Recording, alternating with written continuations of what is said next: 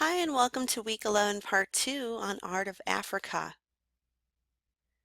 In art history, North Africa is usually studied as part of the Western tradition. That is, this area of Africa, including Egypt.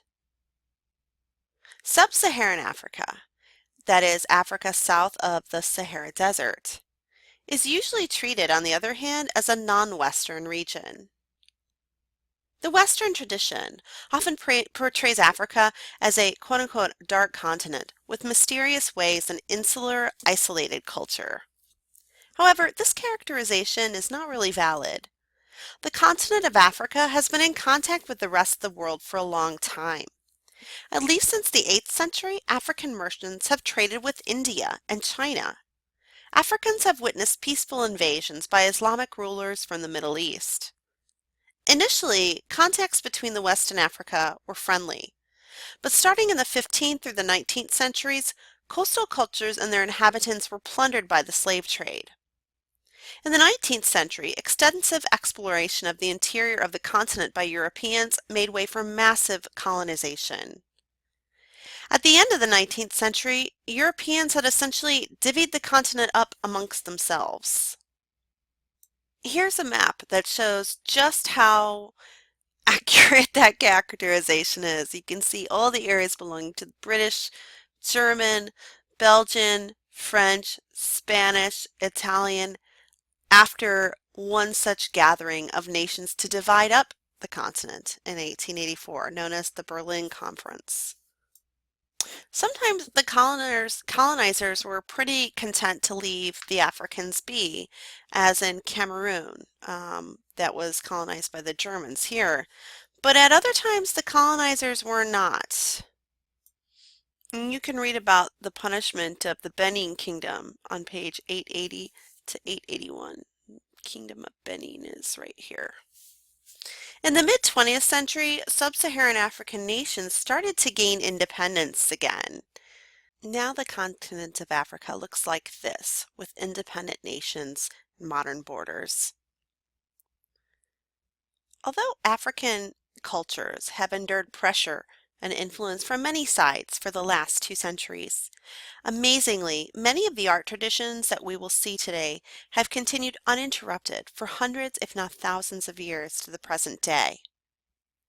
Most African art forms are created for spiritual, ritual, or magical purposes. These serve purposes such as ancestor veneration, public spiritual rituals, especially masks and other performance items, and private ritual or magical items, especially in the form of human figurines.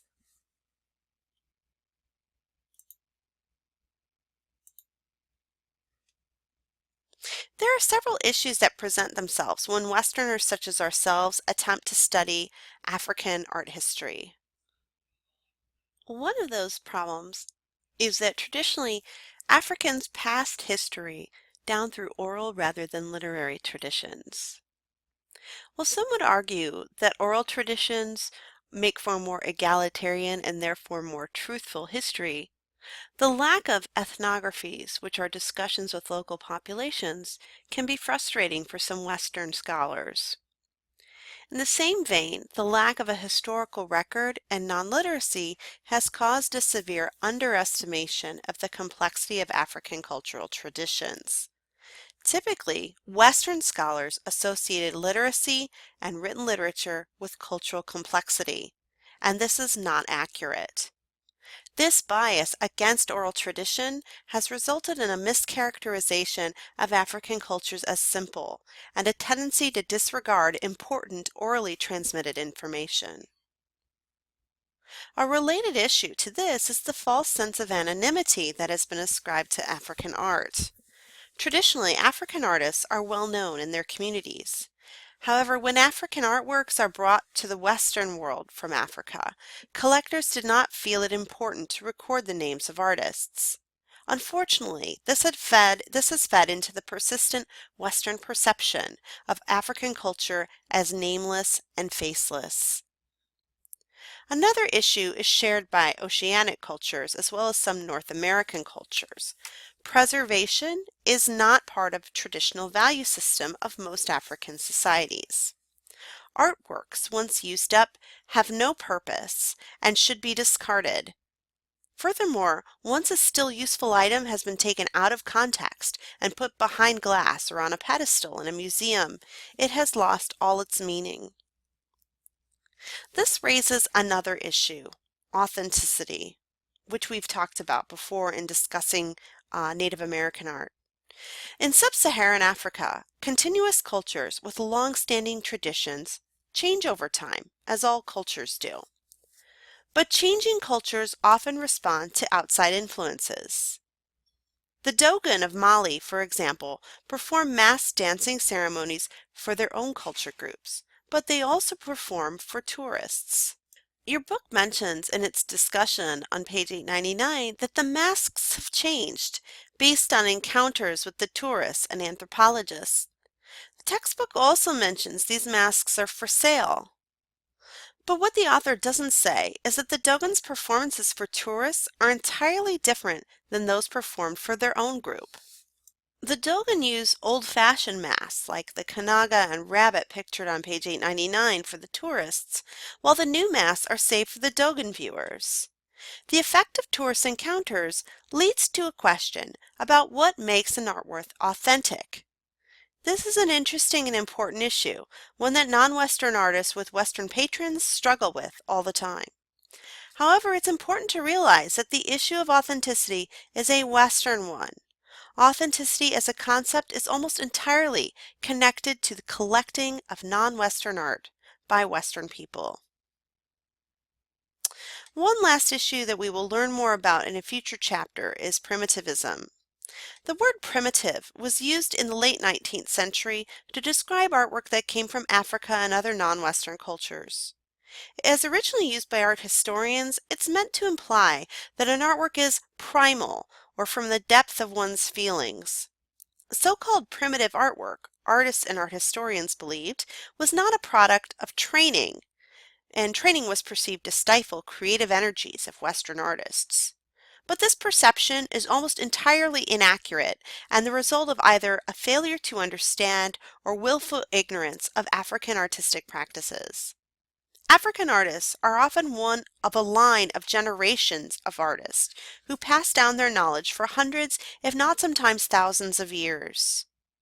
The 19th and 20th century Western reaction to the abstracted artworks of the African artist is purely based on the Westerner's own experiences, not on the reality of African artists.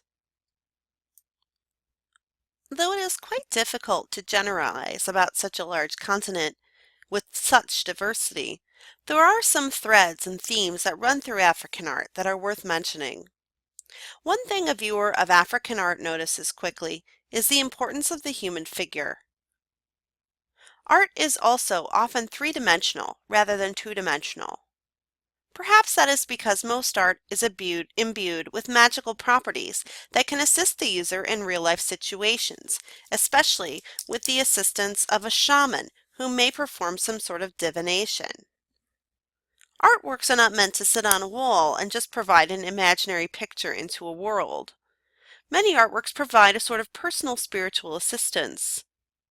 Others celebrate ancestor veneration, coming of age, or death, and these include masks often used in transformative mass dancing ceremonies. Your book has several good descriptions of ceremonies and masks by the Kuba, Lega, and Sierra Leone groups, of which you should familiarize yourself. Like many cultures throughout the world, art often supports rulers and rulership. Common materials throughout Africa include fiber, terracotta clay, bronze and brass, and wood. While your book uses a thematic approach, which is very useful, this part of the module will take a look at some of the art forms featured in your text and some not found in your text. They are organized according to culture. Fang and Koda art can be found in Cameroon and Gabon in West Africa. The Fang and Koda, or Bakota, of West Africa make figural sculptures of wood and metal that are used as reliquary guardians. These reliquary guardians protect relics, including bone fragments of ancestors, by literally sitting atop a reliquary box or basket. Reliquary guardians are very simplified but elaborately decorated abstract figures. There are two main types. The Bieri type of a guardian is more naturalistic, with rounded shapes resembling the musculature of the human body. You can see an example on the screen of the Bieri and also an example on page 900 of your textbook. The Mbulu Ngulu type of guardian, which you're seeing here, is more abstract, with a diamond-shaped neck and a stylized head in wood and copper that sits atop the basket. In the case of the Mbulu Ngulu, the artwork may be intended to represent the head and neck of the ancestor, him or herself, instead of a protector. Congo and Cuba art of the Democratic Republic of Congo in Central Africa. The power figure, or Nkisi Nkonde, is one type of magical figural object used by the Congo of the Democratic Republic of Congo in Central Africa. An Nkisi is a figural commemorative representation of a founding ancestor or an object used in healing rituals. An Nkisi Nkonde is a hunter and is crafted with the help of a diviner. The power of the ritual Nkisi Nkonde is invoked through the addition of bilongo, or medicines. A diviner, Nganga, might apply cowling clay, you can see in the white parts here and there on some of our figures, might pierce it with nails, rub the figure, and chant.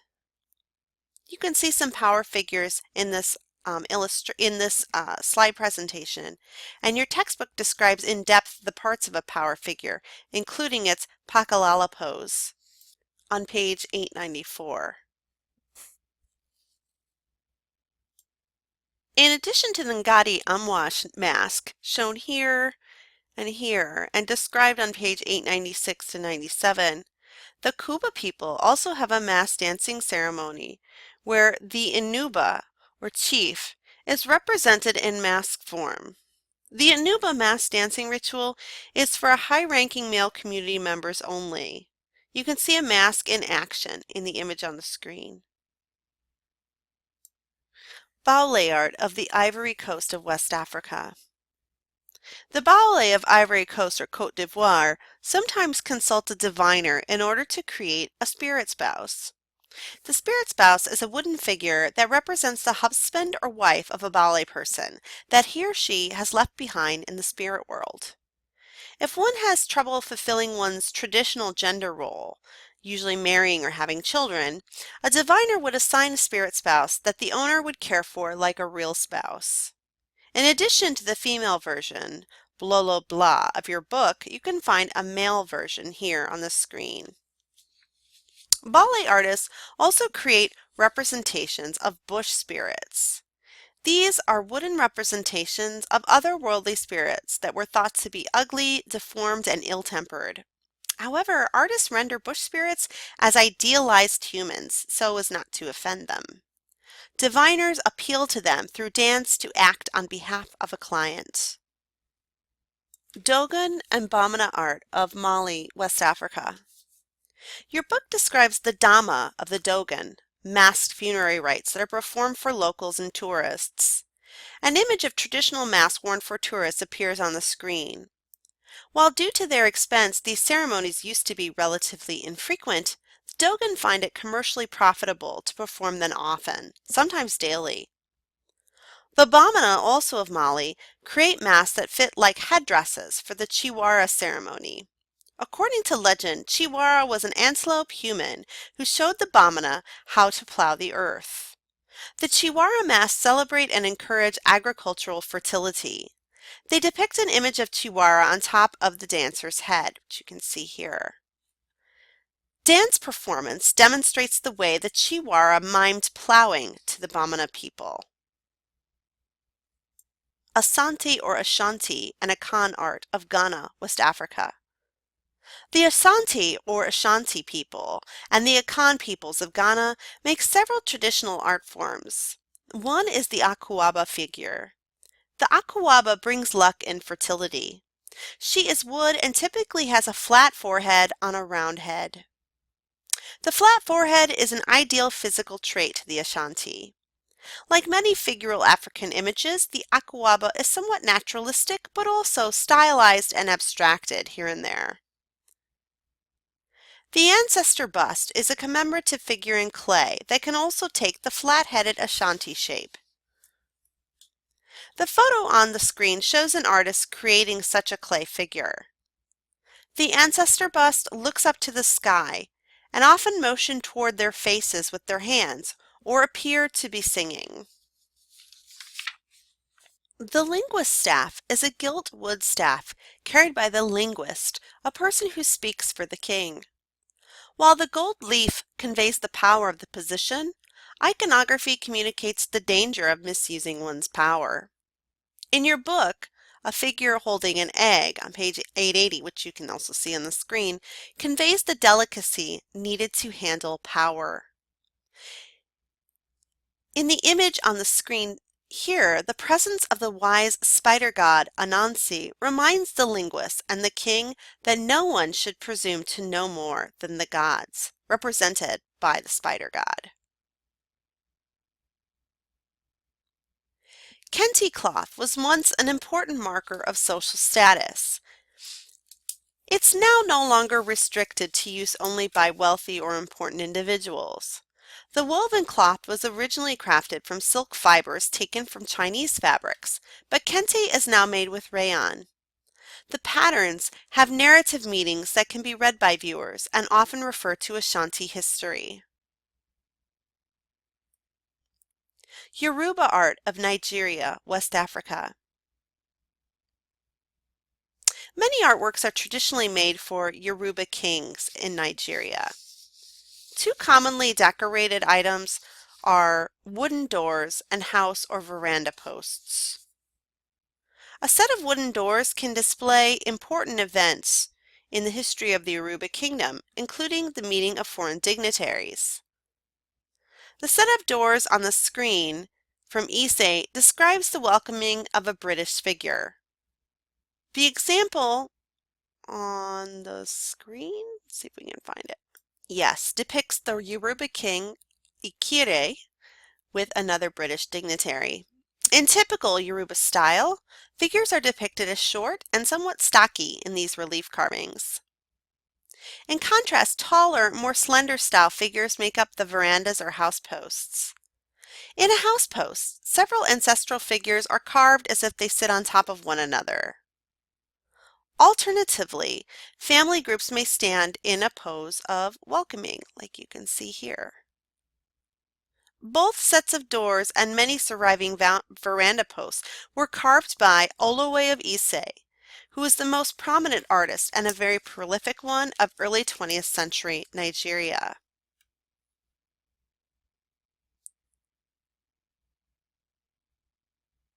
One last example of Yoruba art that we will look at is the Mask of the Jelide ritual. The Jelide ceremony honors female ancestors.